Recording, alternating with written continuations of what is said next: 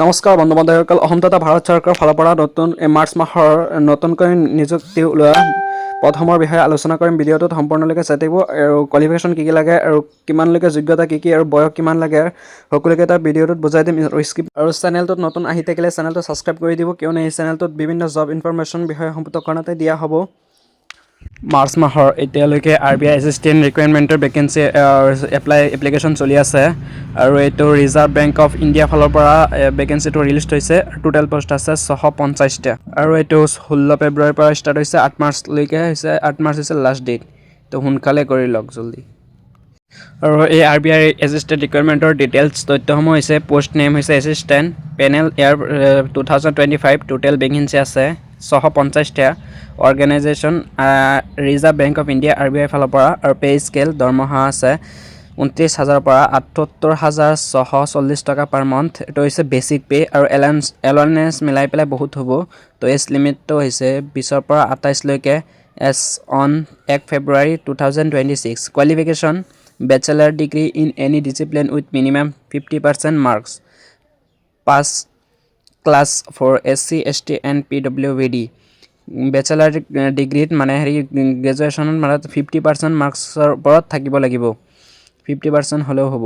Job লোকেশ্যনটো across India, 70 recruiting office, 17টা অফিচত। এলিজিবিলিটি ক্ৰাইটেৰিয়া আছে, age limit candidate must be between 20 and 28 years, তো ক'লৈ 20 পৰা 28 বছৰলৈকে এইটো আছে। আৰু 2 ফেব্ৰুৱাৰী 1998 এণ্ড 1 ফেব্ৰুৱাৰী 2016 ভিতৰত হ'ব লাগিব বয়টো।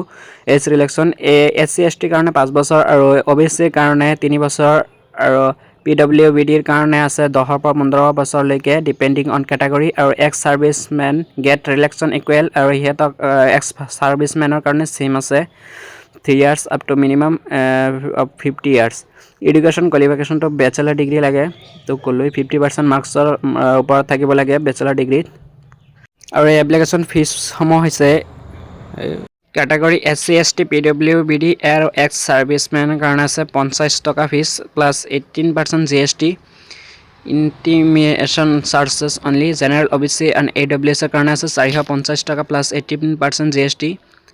আৰু RBI ষ্টাফৰ কাৰণে নীল, তেওঁলোকৰ নালাগে। আৰু exam pattern preliminary examination, subject আছে ইংলিছ, কুৱেশ্যন আহিব 30টা, মাৰ্কছ আছে 30, টাইম 20 মিনিট সময়। নিউমেৰিকেল এবিলিটিত 35টা কুৱেশ্যন আহিব, 35 মাৰ্ক আৰু 20 মিনিট সময়। ৰিজনিং এবিলিটিত 35টা কুৱেশ্যন, 35 মাৰ্ক আৰু 20 মিনিট সময়। টোটেল আছে 100টা কুৱেশ্যন, 100 মাৰ্কৰ হ'ব আৰু 60 মিনিট সময় টোটেল প্ৰিলিমিনাৰী এক্সামিনেশ্যনৰ কাৰণে। আৰু এইটো মেইন এক্সামিনেশ্যনটোৰ ছাবজেক্ট কেইটা হৈছে reasoning, English language, numerical ability, general awareness, computer knowledge.